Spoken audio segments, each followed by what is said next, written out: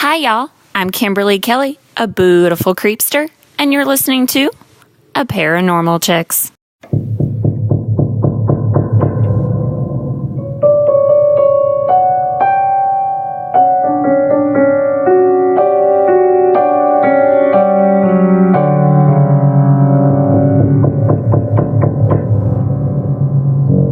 Hey, y'all. I'm Donna. And I'm Carrie. And we are Paranormal Chicks. Sinister Sightings 8.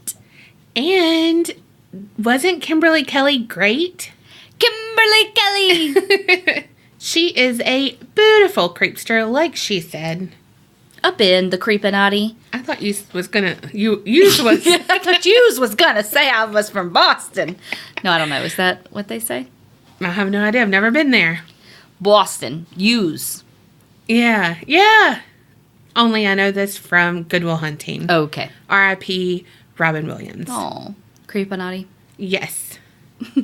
Which is the people who are on Patreon, a.k.a. the Patreoners. Yes, who support us. Help make our dreams come true. She's saying that like she doesn't mean it, but she does. Yeah, I was going to say. And if she doesn't, I do. I def mean it. And we've had some new people, which we'll shout out in upcoming things. But since we've announced 13 Days of Halloween, people are joining. They don't want to miss a thing. They want to hear all the stuff. All the creepiness. I almost said that. All the spookiness. And all the macabre. Oh, man, that makes me want to... A hot dog real bad? That makes me want to have a McRib real bad. Oh. Macabre McRib. You don't know what either is. Well. But I love them just the same. Okay. I'm looking at you, Jennifer DB, because she's like, Donna, you like the McRib? It's not meat. And you're like, I don't care. Yeah, I still eat it. Did you not listen to the last episode? I said I would eat shit off of a sidewalk. And then called it caviar. Okay, this is titled Haunted Dolls That Aren't Named with Names That Start with R. It's from Valerie B. She means it's not Robert. Don't say his name. Hello again, ladies. Here is my very first ghost story. This one did not get me into any books. Because remember her jail one did. Yeah. My story apparently began before I could even remember. Growing up, I lived with my grandparents in an old house that used to have an electronics store in the basement, but was now just a rental house. My grandmother used to tell people that the older lady who lived there before us died on the toilet, but I don't know how true that is. My grandmother was quite the character. When I lived there, I technically should have been sleeping in the room next to the bathroom, but I would never because I was deathly afraid of that room. I'm in my mid-30s and still remember having vivid and terrifying nightmares every time I tried to sleep in that room. There was also a playroom in the front of the house that was more like an enclosed porch in that it just stuck out from the house with nothing above or below it. The main house was on the second and third floor of the building. The adults in the room would hear little preschool me having full-on conversations with someone that wasn't actually there. I wasn't the type of kid who would have an imaginary friend either. Anyway, none of that compares to the dolls that my dad had sent me from where he was stationed in Japan. He was in the Navy. There was one about 2 feet tall that was a female doll and 2 dolls, a male and female, that were on the same base, who were about 12 inches tall. They were all dressed as traditional Spanish dancers. They absolutely terrified me. I would not allow them in my room, and I would not go near them. My mom wouldn't get rid of them, though, so they lived in the dining room window. I used to press myself against the far wall when walking past them. Holy crap. God bless it. I was convinced that these dolls moved around and could talk. I was convinced that they had tried talking to me. Once when I was about 4 or 5, I was in the living room and my grandfather, who was the only other person home, was in the kitchen, 2 rooms away. Between us was the dining room where the dolls were. I had asked my grandfather without getting up, lazy kid, same girl, if I could use the scissors, and I heard a male voice tell me that I could. Apparently, it sounded enough like my grandfather that I didn't question it until he came in and yelled at me for using the scissors without permission. Whoa. Guys, I cried. I swore that I had asked, but my grandfather said he hadn't heard me. I remember then telling him that I had heard someone tell me I could use them. I was no older than 5 at the time, and 30-ish years later, I still remember his face. He looked so scared.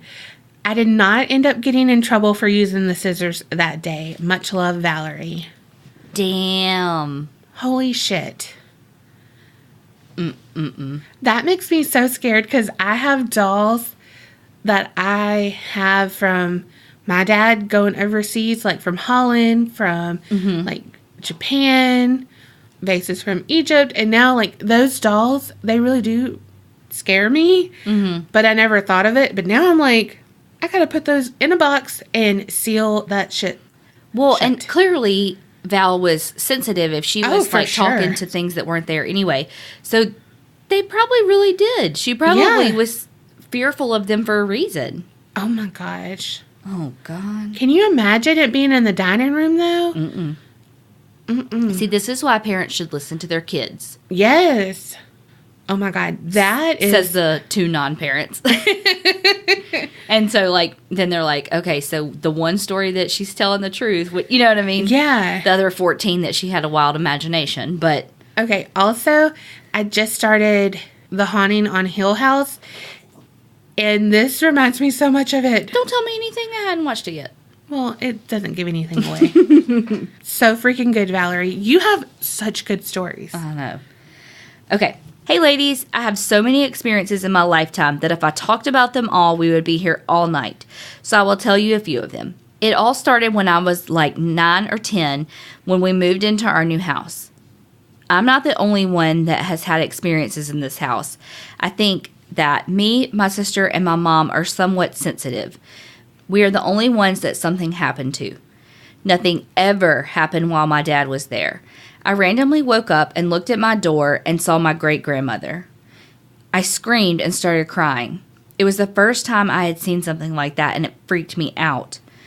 The next day, we found out that my great-grandmother had passed away. I guess it was her checking up on us or saying goodbye. I haven't seen her since. Oh, by the way, that's why my doors are closed when I go to bed now. Oh, for sure. Oh, my gosh. Soon after everyone was in bed, my mom was up late reading, and she had felt like she was being watched. She looked up and saw a little girl in a sailor dress just standing at the door and staring at her.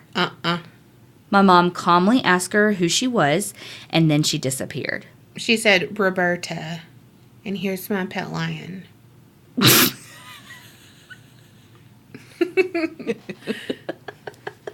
It took me a second. I would have been freaked the hell out. Nothing else happened after that. We moved out of that house to another a couple years later. Well, let me be the first one to say that was a mistake from hell. Oh, fuck. This was the house that the worst stuff happens. It all started with little shit happening. Like when my mom would be cleaning, the radio would change stations, it would mute, or it would just shut off all by itself. We also had one of those radios in the kitchen that mounts to the bottom of the cabinets. Yes! And when we were cleaning up after dinner, and the CD player came on randomly. Oh, shit. I'm sorry, you have a DJ ghost. Hey, Mr. DJ. Okay. It started opening and closing the CD tray by itself. It was like the eject button was being hit over and over again. So that's when we knew shit was starting to get weird. Well, and also, those were always so freaking expensive. Mm-hmm. Be like, get your fucking ghostly ass hands. Mm-hmm. Keep your filthy paws off my silky drawers. No.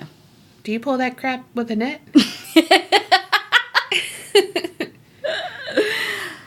Okay.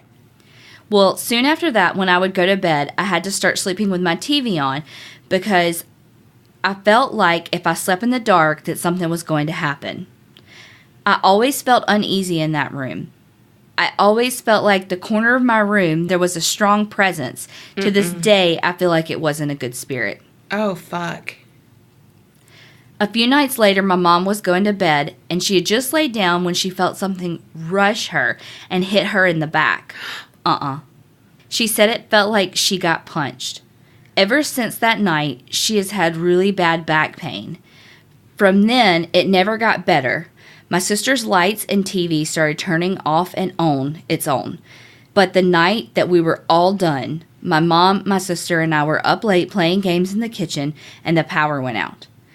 I asked her if she had paid the electric bill, and she said she had. We have all been there.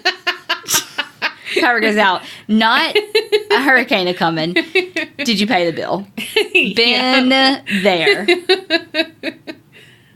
Sorry. That just tickled me. We nervously walked to the window to look outside to see if anyone was at the door.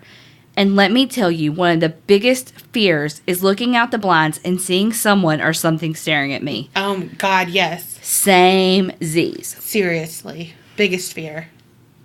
But when we looked out there, nothing was there. But what we did notice was that all the other neighbors' power was on. So it's unexplainable. We still have no idea how this happened. Not long after that, we moved out. I've had other experiences that I will save for later. Love the podcast. Keep it up. And that was from Danielle. Oh, my God. Well, cannot wait to hear the other stories. Because those were so good. Can you imagine, though, like, first of all, I know how scared I was when I was here by myself. And my Wayfair app went off, and it's a doorbell, and I thought it was somebody at my door, and I looked, and nobody was out there. Yeah, that scared it's got me here before, yeah, too. my app going off, yeah. Why is there a notification of fucking doorbell? Right. I mean, I get why, but why? Yeah. So I know how bad that scared me, and that was in broad fucking daylight, and I had my power on. Yeah. So could you imagine looking out there and then not seeing anything and then being like, fuck, everybody else's power is still on? Like, why is mine not? It sounds almost like a poltergeist or something. Maybe. I don't know. I mean, I don't want to know enough to know. You know what I mean? Like, I don't want to know enough about paranormal to know what the answer is to that, because that means I'm open and I don't want to be. I do. Not want to be. I do. All right. This is a supernatural experience. Hey, ladies. Thanks so much for responding to my Patreon post and reading my story. I have another one for y'all. This one is a bit long, but bear with me. The story happened when I was about 14. It was shortly after moving into the current house my mother still resides in. Already, I'm like, how can you write in about a scary story where someone still lives there? I know.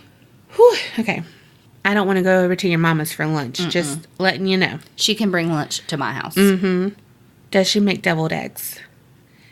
Going through my mind at this stage was finding out that the lady that lived here in the house prior to us had died there.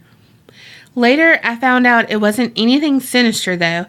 I have titled this story Glimmer Man, not to be confused with the crime suspense 1996 movie starring Steven Seagal and Keenen Ivory Wayans. Oh my God. Side note, I went to film school with the nephews of the Wayans brothers. What? Holy shit. So here goes the story. It was in the middle of the day, and I was sitting in the kitchen eating a snack after school. That might have been the happiest time of my fucking life ever. I was watching one of my favorite shows, Charmed, which is followed by Buffy the Vampire Slayer, and then by Angel. For those of you who remember those shows, then you know that you had to be home by 4 p.m. every day so you wouldn't miss the first airing of the lineup. I was all into my show, and the light from the window at the first landing of the stairs always shined through so brightly. So let me set the scene. The stairs were there to the left of me diagonally. The TV was in front of me in the kitchen. I was sitting on a bar chair at the island in the middle of the kitchen. To the right of me diagonally was the dining room. Behind me was the fridge, dishwasher, microwave, and sink. To the left of me in the kitchen was the stove and the oven. Hopefully this has created a picture in your mind. Totally has. And your mom still lives there. I'm just saying that was probably the wrong thing to do. People know how to raid your pantry. I was feeling pretty good this day. Not a care in the world. when it happened. A multicolored, shimmering figure of light gliding down the stairs.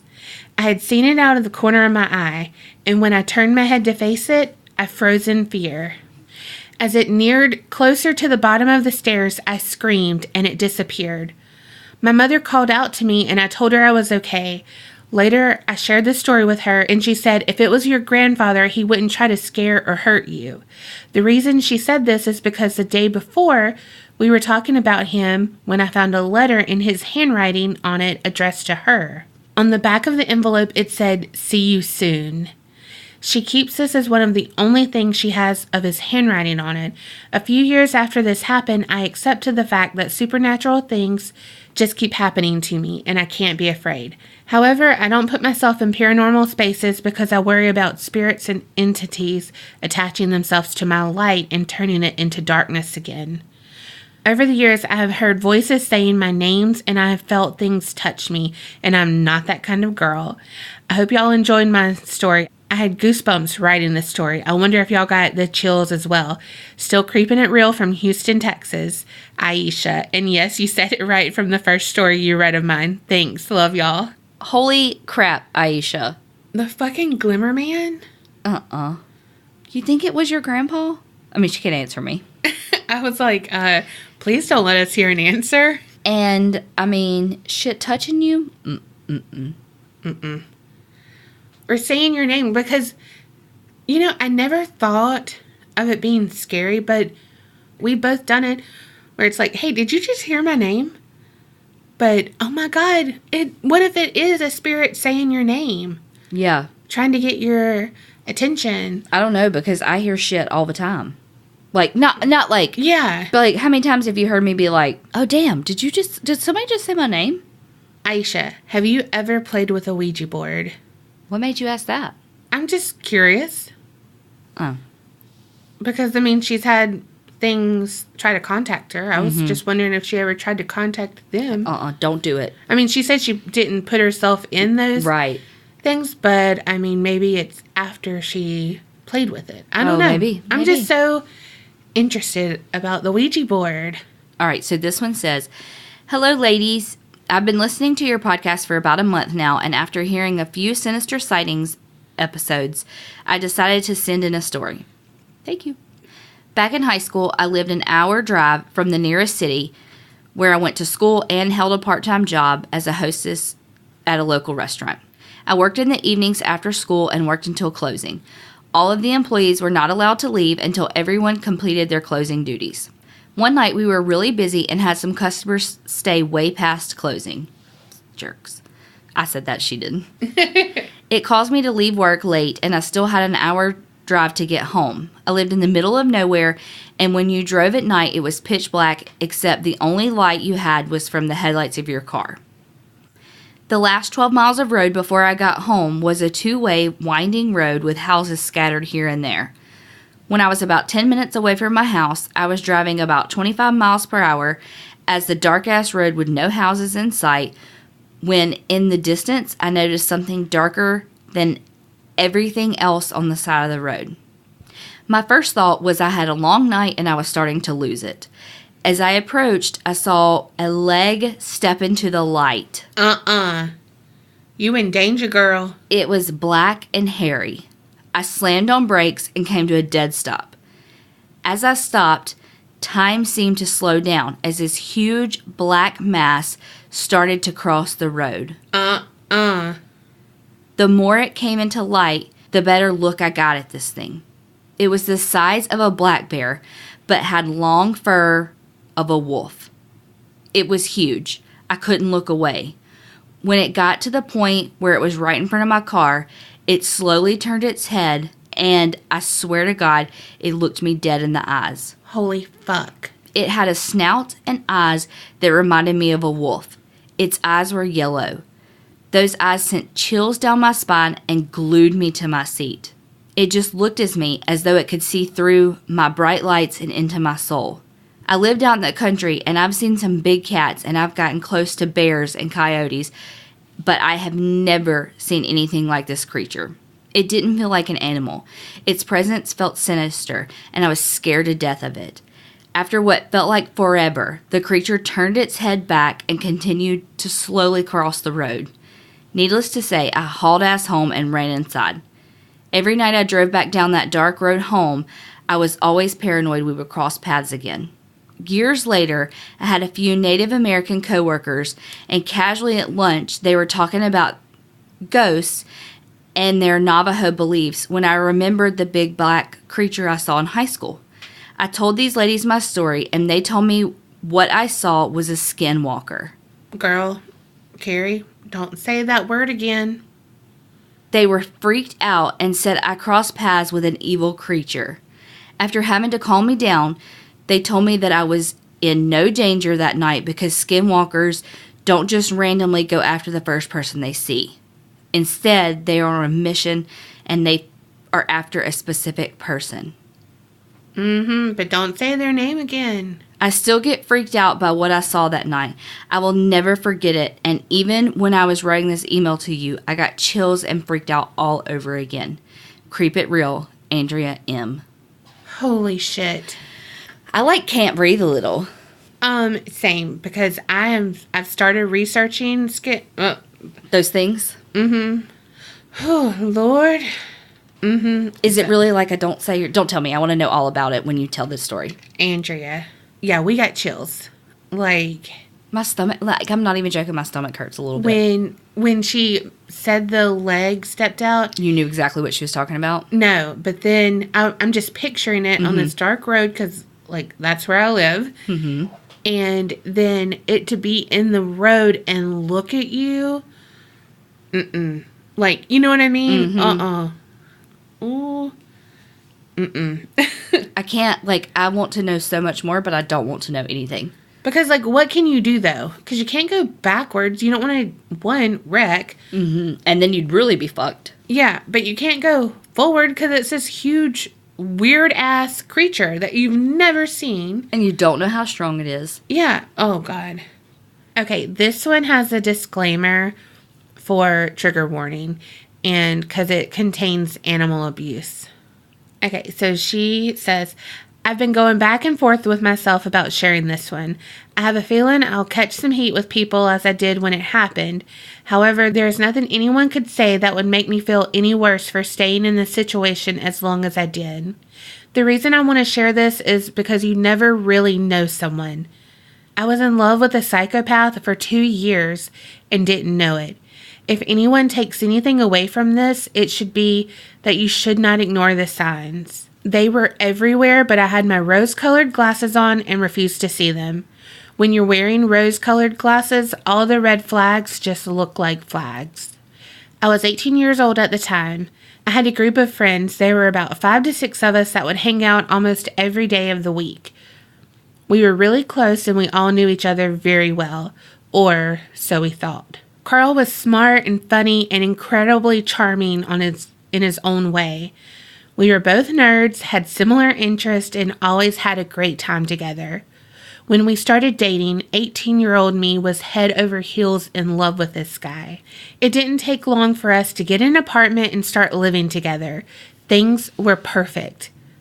I had the greatest boyfriend, we had a place of our own, and life could only get better. Or so I thought. Soon after we moved in, I decided I wanted to get a cat. I'm a huge animal lover, and that's probably an understatement. My mom never let us have cats because she hates them and thinks they are evil. So I was beyond excited to have my own kitty. Carl, on the other hand, was not. But after some convincing, Carl and I left the adoption center with each a kitty of our own. Mine was an all-black kitty named Ozzy, and he picked a black and white kitty named Archie. We brought them home, and everything was okay for a few months. Ozzy loved me and never left my side. He would always sleep next to me and was so affectionate. Carl started to get jealous of the affection we shared with each other. He started saying things like, "You love that cat more than you love me." And eventually he would say that the cat couldn't sleep with us because of the constant purring keeping him awake. I didn't really think much of it at the time, so I wrote it off as him just being immature and insecure. Fast forward a bit, and Ozzy got sick one day. He looked terrible, and I could tell something was wrong. However, we both had to leave for work and left him home. I couldn't afford to miss work as we were living paycheck to paycheck and I needed every hour I could get. When I got home, I found him curled up under the bed dead. Oh. My gosh. I was so distraught. Carl was there to console me and took care of everything. I had no idea what killed him and I was so shocked. What do you do in that situation? I wrote it off as maybe he had been sick when we got him from the shelter. Our other cat, Archie, was just fine. He was a little weird and skittish and pretty much had been that way since we got him, but otherwise fine. After a few weeks, I decided I wanted another cat. We had Archie, but him and I never really bonded like I did with Ozzy. A few weeks had passed without incident, so I headed to the animal shelter and adopted a beautiful orange and gray tabby named Venus. She was so sweet and loving. I didn't have her very long before things started happening to her. One day I came home to find her head stuck in one of those cat toys that's like a big plastic circle with a ball inside and an opening for the cat to hit the ball around. Her head was stuck in that opening. Of course, you think she must have done it trying to get the ball. Although when this happened, I didn't feel right at all. I told myself that she did it on accident. What other explanation was there? But there was something inside me saying, no way, man, that's not possible. I ignored that voice in my head, that feeling in my gut, and you should never ignore those things. A few days later, I came home from work to find Venus much in the same state Ozzy had been. She could barely stand and looked absolutely awful. I scooped her up and my mom and I rushed her to the emergency vet. I remember the way the vet looked at me when I brought her in. I had no idea what was going on. I was crying my eyes out and begging them to save my kitty. They took her and then came to question me. They asked if she could have gotten into anything that could be poisoning her. I, of course, said no. I was keeping her alone in the bathroom with safe toys only while I was at work since she had gotten her head stuck. There was nothing she could have gotten into by herself. The vet then mentioned bruising all over her head and neck. I told them that she had gotten stuck in that circle a few days ago. The look that the vet gave me, I will never forget. It said, no way that is how the cat ended up like this. I remember pulling my mom outside after that, asking her what she thought was going on. It was at that moment I really think I knew. I asked her if she thought Carl could be the one doing these things. It was the only thing I could get that fit. I think in that moment she might have realized it too. She took a long pause. Mom, I said, but she shook her head and said, there's no way Carl could do something like that, and so on. And of course I agreed. That was crazy. I knew him as my friend and my boyfriend, and he was such a sweet and caring person. There was absolutely no way. $1,000 vet bill later, Venus was recovering and sent home. This experience and vet visit had me shaken, though. I couldn't come up with any logical explanation as to how this was happening. But it couldn't be Carl that was doing it. It just couldn't be. The person I knew never could have done that. I remember asking my group of friends, some who knew him even longer than I had, and they of course had the same answer. No way, not possible. Not Carl, not in a million years. So, of course, I thought even thinking that was horrible on my part. How could I even entertain the idea of that in my head? 3 days after I brought Venus home from the vet, she was dead. It was Christmas Day. Oh, God. I will never, ever forgive myself for bringing this sweet kitty back into that apartment. Had I been smarter, she would still be alive today. You would think at this point you have to know what's going on. How could you be so blind? That's the crazy thing. Deep down, I did know, and I wouldn't let myself believe it. There was no logical explanation, but again, I explained it away. Something like, maybe she got a little better before she got worse. Some animals do that before they die. Not logical, I know, but it also wasn't logical for the person I knew to have done this either. But that's the thing. I didn't know him at all. I knew the facade he presented me with and nothing else. He fooled everyone, not just me. So fast forward 4 months or so and everything's fine. Archie was fine, although still extremely skittish. I decided I was done with cats, thinking I had just had the worst luck and kept getting cats that were sick before I got them. So I got a ferret named Charlie. I figured if he was in the cage, he'd be safe from getting himself into anything, and I would only let him out when I was home. A few more months passed and nothing happens. I started to feel a little bit better. In my head, I thought, if he was the one doing this, why wouldn't he hurt Archie or Charlie? It wasn't him. It couldn't be. So I decided for my birthday, I wanted to get Charlie a friend. I got this adorable little golden baby ferret named Louie. That night, I went to a friend's house. Carl didn't come because he had to work that night. I ended up staying the night at my friend's house as we had been drinking and I didn't want to drive home. I woke up to a text the next morning from Carl saying something like, "I'm really sorry to tell you this, but Louie is gone. He started coughing and choking and just died." I knew right then that there was no other explanation. It had to be him doing this. 3 animals in a year dead. There were no words to describe this feeling. My heart shattered into a million pieces and the world felt like it was crashing down upon me. Carl was at his parents' house at the time, so my friend and I went to the apartment, grabbed Archie and Charlie, and got the fuck out of there. I knew at this point, beyond a reasonable doubt, what he had done, yet I still could not believe it. It wasn't until he showed up at my friend's house later that night he would admit all of the horrible things he had done, and it became so real to me. Oh my God. My friends left to go on a quick gas station run, leaving me alone in the house, except for my friend's mom and sister who were asleep upstairs. When he showed up, I was so nervous to confront him, my whole body was shaking, but I had to. I had to confront him. I had to know. I went out to his car and got in so we could have some privacy and wouldn't wake the people who were asleep upstairs. I immediately told him to tell me what he had done. At first, he denied everything. I flipped out. I presented him with all my evidence and challenged him to give me one logical explanation that made sense. He couldn't. I looked right at him with the fire burning in my eyes and said, "Did you kill my animals? You owe me the fucking truth." He wouldn't look at me and his eyes cast down. He uttered a barely audible yes. The rage and the sadness that came over me in that moment is indescribable. I felt so sick to my stomach. My world was literally upside down. An earth-shattering cry of pain and anguish exploded from my chest. And suddenly I realized how terrified I was to be in the car with this person I didn't know at all. This person who murdered my fur babies. I immediately went to the door and he grabbed my arm, begging for me to wait and let him explain. I started shrieking, "Let me fucking go," over and over. I was finally able to pull away and got out of that car and ran as fast as I could into the house and slammed and locked the door.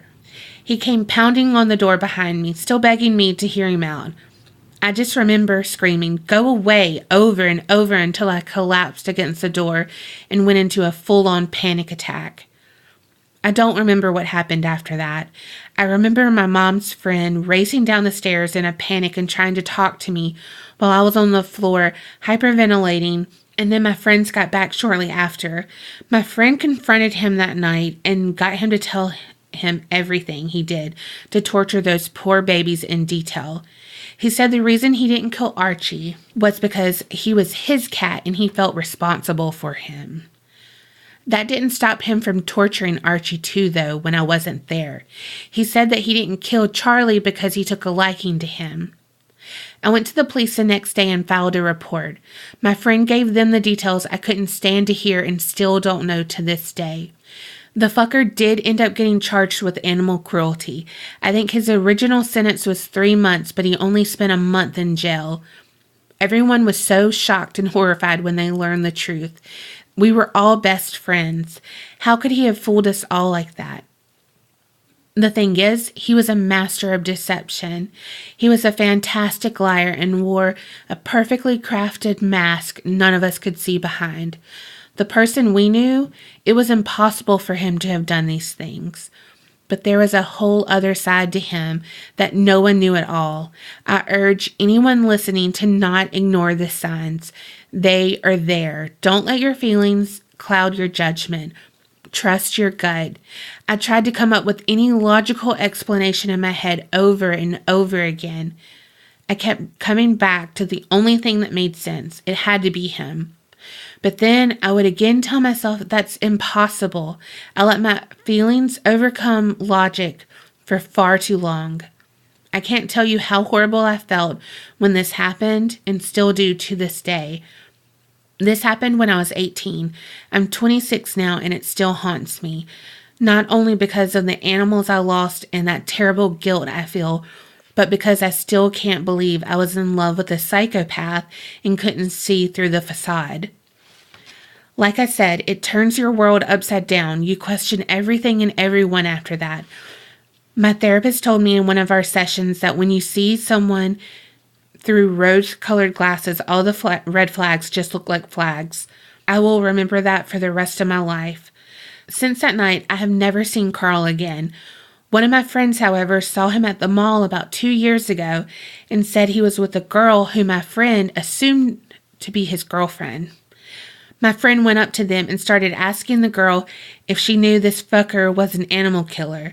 My friend said he grabbed her and they basically booked it out of there. I'm sure he explained it away, saying my friend was just some crazy guy or something, but I hope he never fucking does this to anyone else. The scary thing is, we all listen to true crime so often, it starts with hurting animals only to grow into hurting people. I'm so scared one of these days he's going to really hurt someone. I can only hope that because I reported the incident, which is now on his record, maybe spending a month of jail was enough to deter him from hurting anyone or anything ever again. Holy shit. Yeah, whoa. Whew. Yeah. Golly, that one was... Oh, do we know? We didn't say who she was? No. Okay, well, we're going to call her Sophia.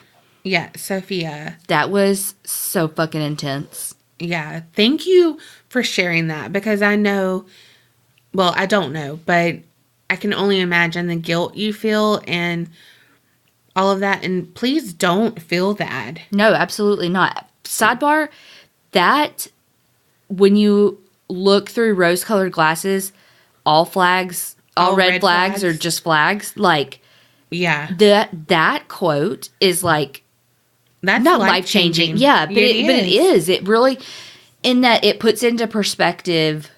You can see everything. Like, it's so easy to see what you want to see. Mm-hmm. But when you're not the one in that moment, mm-hmm. you can see all of those red flags. But yeah, when you're the one in it, living it, mm-hmm, you reason everything away, which is what we say mm-hmm. not to do. But we all do it when it's personal. Especially when it comes to someone you love, or you want love, or, you want that romantic companionship. Yeah.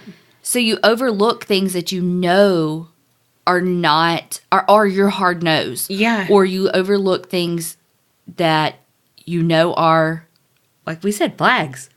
And so if someone has a past that and I'm totally guilty of it when it comes to relationships, where it's like, I said I wanted somebody with quality A, and it's like, well, they don't have that. Or, and I mean, like, mm-hmm. Everybody has their hard limits or their hard nose. But sometimes it's just easy to be like, well. Yeah, well. Because you get tired of being alone, or you get tired of, you want that companionship. And again, you don't want to be a cynic, and you want to take people at face value, but like she said, you really truly never know anybody. No.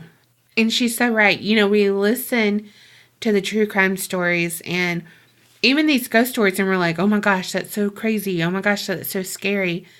But I can't even imagine what she went through. Ugh. Well, and just very good on you for turning him in. Oh, true. I know. Like, that took a lot. And courage and... Yes. Yeah. But, like, just the turmoil that you had to have gone through, Sophia, like, every single day. Yeah. Trying to figure this out, where you're like, it's him, it's not him. It's him, it can't be him. It's him, absolutely not, it can't be him. And then especially when because I think... That's why I think that with relationships, as much as you don't want your best friends to tell you, like, dude, Yeah. You know, like, you see it, right? But in your situation, you didn't have that. I mean, you had friends and they were like, no, it can't be him, because they were fooled by his charm, as everyone is when it comes to someone. Yeah. And to think about how she was like, it's probably him. No, it can't be him. And I'm like, how dare I even think that? And so then she, of course, it's so much easier to blame yourself. And honestly, had you confronted him from the jump with Ozzy, it would probably, you would still be in the same situation, and that he would have turned it on you and been like, never even answered you that he did it or not. He just would have immediately been like, how could you think that? Right. It would be more emotional abuse. So I think like an instant of flipping the script, blaming you. Again, how could you do that? Why would you think that that was me? Yeah. And then you would probably still have the same amount of guilt. Yeah. Which you shouldn't have. Well, I don't want to tell you what you should or shouldn't have, but what as you... an outside person, we see no fault in you. Yeah. You probably handled it better than I would, honestly. Yeah. I mean, I don't know how I would handle it because I've never been in that situation, but... Oh my gosh, I never want to... Like, it was hard reading that, only, you know, I'm so glad we read it, and I'm so glad you shared it with us, but it was just hard putting myself in your shoes. Also, you're an amazing writer. Yes. Sophia. Like, I was so engaged in this story. Like, I mean, I was just, like, hanging on every word. You are an amazing writer. So good. Golly. So... Okay, that was a good episode. But I have another story I wanted to read, but it's kind of a heavy one too, and so we're gonna put that one on the back burner for next week. Yeah. So, because it's a really good one we've had for a while that I really want to read, that I think is super important. But we're gonna hold it for next Sinister sighting, because again, it's heavy too. So we don't want to bombard you with heavy hitters. And this has already been way longer than normal. Yeah, because we like to kind of keep the Sinister sighting short, so it's like a quicker listen, and, you know, anyway. So thank y'all, everyone who wrote in. Continue, please, to share your stories with us. True crime, paranormal, you know, local folklore, stories that your parents would tell you at night. Like, anything like that. Like the boogeyman that they made up, because I have some that my mom made up for me. I'm sure that's normal, right? Sure. No.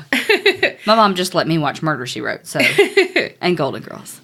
But, and two, thank y'all so much for pouring your hearts and souls out into these stories and being so open and raw. Yeah, that it is. I mean, because again, we're a family. I think that, you know, this is the perfect platform for each of us to learn from one another. Yeah. And like I literally said today, something to the effect of, if you're confronted with a really bad ghost and you don't know what else to do, just say Jesus' name, because we've gotten that in like 2 stories. And I was like, I don't know if it works, but it worked for 2 listeners. You know? And so it's like we are helping each other figure this out and just navigate through my so-called life. I don't know. Thank you, Claire Danes. I don't know. I couldn't think of anything. Yes, for real though. So thank you. If you want to share your story, which we hope you do, if you want to be anonymous, we will have a name for you. Don't despair. We have Designing Women to go through too. Oh, yeah. But you can send your stories to aparanormalchicks@gmail.com. Or you can go to our website, aparanormalchicks.com, and there's a contact us. Click it, send us, it like sends it from that website. And remember, keep it real and don't get scared.